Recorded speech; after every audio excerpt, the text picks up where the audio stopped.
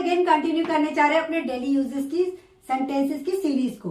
तो आज सबसे पहले हम सीखने जा रहे हैं ऐसे सेंटेंसेस जिसमें हम बात करते हैं, बहुत तरह ऐसे बोलते हैं कि जा सको तो जा लो, खा सको तो खा लो, बैठ सको तो बैठ लो। तो कोई भी काम आप कर रहे हैं कि कर लो, ठीक है। तो इस तरह के सेंटेंसेस बोल रहे हैं तो सबसे पहले क्या आ रहा है, यहाँ पे वर्ब आना है। तो वर्ब की फर्स्ट फॉर्म यानी कि जो भी आप बोल रहे हो ये एक तरीके से इंपैरेटिव सेंटेंस है। किस तरह का सेंटेंस है? इंपैरेटिव सेंटेंस, जिसपे आप बोल रहे कर सको तो कर लो, कर सको तो कर लो, कोई भी काम कर लो, खा सको तो खा लो, देख सको तो देख लो, पढ़ सको तो पढ़ लो। किसी भी काम के लिए आप बोल रहे कर लो ये काम, यानी कि इंपैरेटिव सेंटेंस है, आप ये पोलाइटली बोल रहे कर लो, ठीक है। तो सबसे पहले वर्ब की फर्स्ट फॉर्म आ जाएगी, इंपैरेटिव सेंटेंस में ये होता है। फिर उसके बाद आप बोल रहे हो सके तो ना, तो इफ यू कैन, लास्ट में क्या लगेंगे? If you can. जैसे मैंने कहा बोल सको तो बोल लो,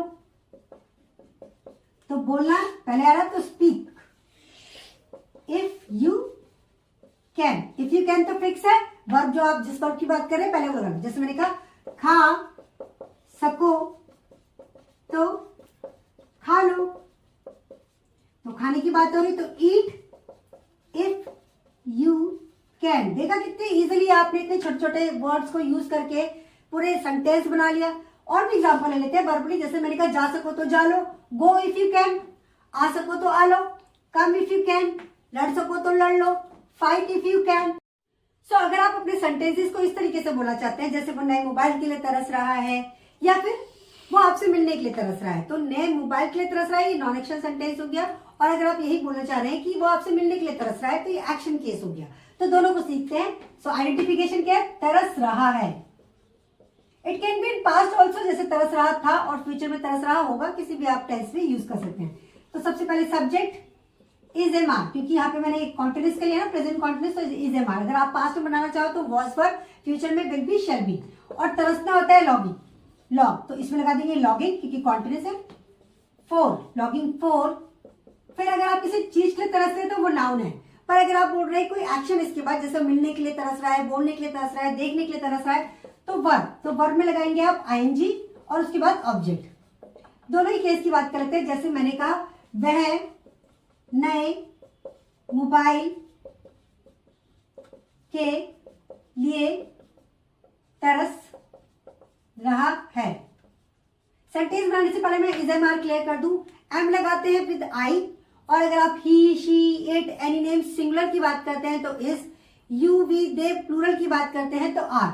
अगर आप इन छोटे छोटे हेल्पिंग वर्ब जैसे is am are, was verb में आप कंफ्यूज होते हैं तो आप मेरे जो पुरानी वीडियोस हैं उनको चेक करें, उसमें मैंने बहुत ही अच्छे से सारे हेल्पिंग वर्ब के यूजेस बताए हैं। तो बात करते हैं सेंटेंस की। वह नए मोबाइल के लिए तरस रहा है, तो वह यहाँ पे यानी कि ही अकॉर्डिंग टू ही, हमने सब्जेक्ट के अकॉर्डिंग क्या लगाना है? Is. He is longing for, नया मोबाइल क्या है? नाउन है, तो न्यू मोबाइल।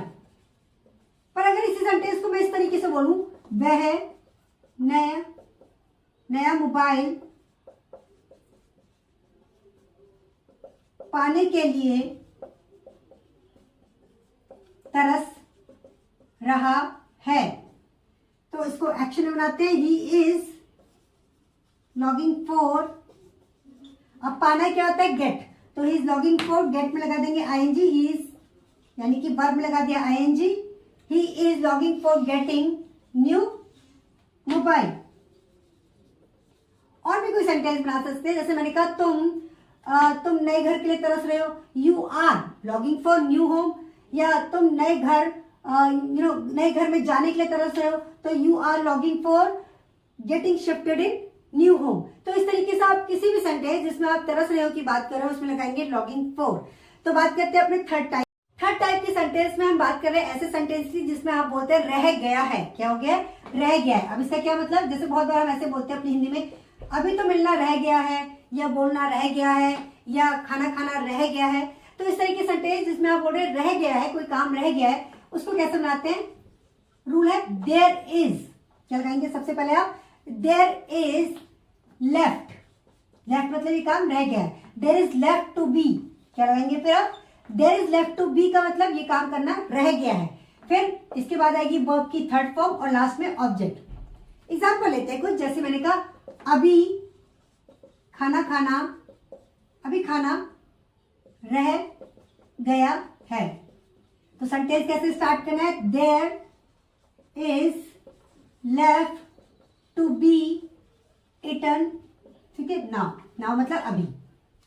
और एग्जाम्पल ले लेते हैं, जैसे मैंने कहा मिलना रह गया है, तो there is left to be met, जिससे मिलना है मेट विद हिम और हर, जिससे मिलने की बात करें कि उससे मिलना रह गया है, तो there is left to be met with her और हिम।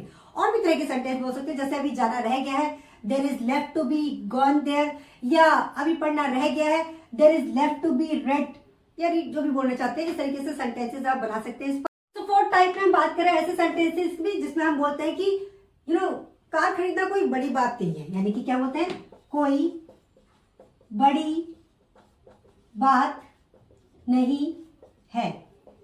यानी कि यहाँ पे जो सेंटेंस शुरू होते हैं ना, वो होते हैं वर्ब से स्टार्ट, जैसे कार खरीदना बड़ी बात नहीं है, या पैसे कमाना बड़ी बात नहीं है, या किसी भी सेलिब्रिटी से मिलना कोई बड़ी बात नहीं है। तो यहाँ ध्यान देना, क्या सेंटेंस किससे स्टार्ट होता है? वर्ब से। तो वर्ब में लगाते हैं हम सबसे पहले आईएनजी, जिस भी वर्ब की आप बात कर रहे हैं वो लगाते हैं। उसके बाद अगर ऑब्जेक्ट है तो ऑब्जेक्ट लगाओ, नहीं तो फिर आप लगाएंगे, अगर ऑब्जेक्ट मिसिंग है तो आप लगाएंगे उसके बाद is not a big deal. क्या लगाएंगे? Is not a big deal, यानी कि जो भी आप बोल रहे हैं ये काम करना is not a big deal, यानी कि कोई बड़ी बात नहीं है। जैसे मैंने कहा कार खरीदना कोई बड़ी बात नहीं है।